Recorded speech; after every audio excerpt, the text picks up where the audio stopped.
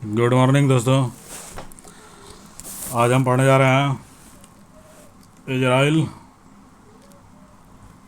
का जो हमला है हमास के ऊपर, उसे लेकर संयुक्त राष्ट्र के महासचिव एंटोनियो गुटेरेस का एक बयान आया है, उसी को हम पढ़ने जा रहे हैं। संयुक्त राष्ट्र के महासचिव एंटोनियो गुटेरेस ने मंगलवार को इजराइल हमास संघर्ष पर बयान दिया है, जिस पर इजराइल की ओर से कड़ी प्रतिक्रिया आई है। संयुक्त राष्ट्र के महासचिव एंटोनियो गुटेरेस ने कहा है कि 7 अक्टूबर को हमास की ओर से किया गया हमला किसी अकारण नहीं हुआ है।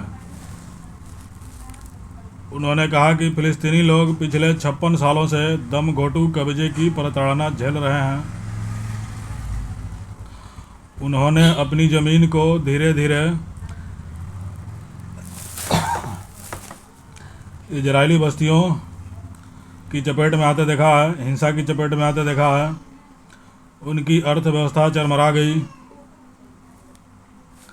उनके लोग विस्थापित हुए और घर तबाह कर दिए गए।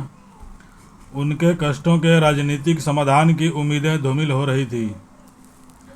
लेकिन उन्होंने यह भी कहा है कि हमास के भयावह हमलों को फ़िलिस्तीनी लोगों की शिकायतों से सही नहीं ठहराया जा सकता, और न ही उन्होंने फ़िलिस्तीनी लोगों को मिली सज़ाओं के लिए सही ठहराया जा सकता है।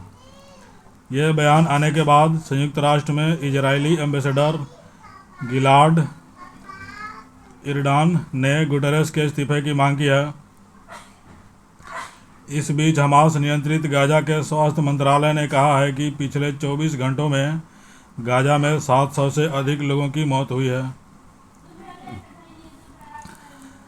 यह इस संघर्ष के दौरान 24 घंटों के अंतराल में होने वाली मौतों का सबसे बड़ा आंकड़ा है।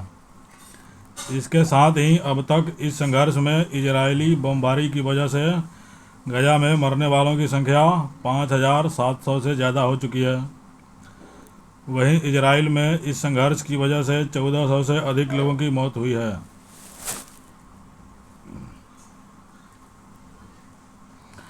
फ्रांसीसी राष्ट्रपति इमैनुअल मैक्रों ने मंगलवार को इजराइल पहुंचकर कहा कि इस युद्ध का पहला मकसद सभी बंधकों को छुड़ाना होना चाहिए।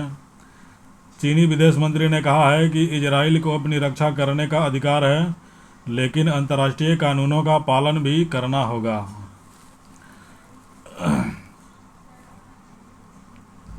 इजराइल ने पुष्टि की है कि हमास ने दो बुजुर्ग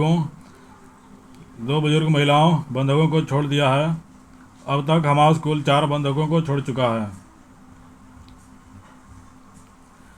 7 अक्टूबर से जारी हिंसा में इजराइल के 1400 लोगों की मौत हुई है। वहीं गाजा के स्वास्थ्य मंत्रालय के मुताबिक वहां अपार बमबारी से काफ़ी क्षति हुई है। ब्रिटेन के प्रधानमंत्री ऋषि सुनक ने कहा है कि गाजा के अल अहली अस्पताल में विस्फोट संभवतः गाजा के भीतर से दागी गई मिसाइल के कारण हुआ।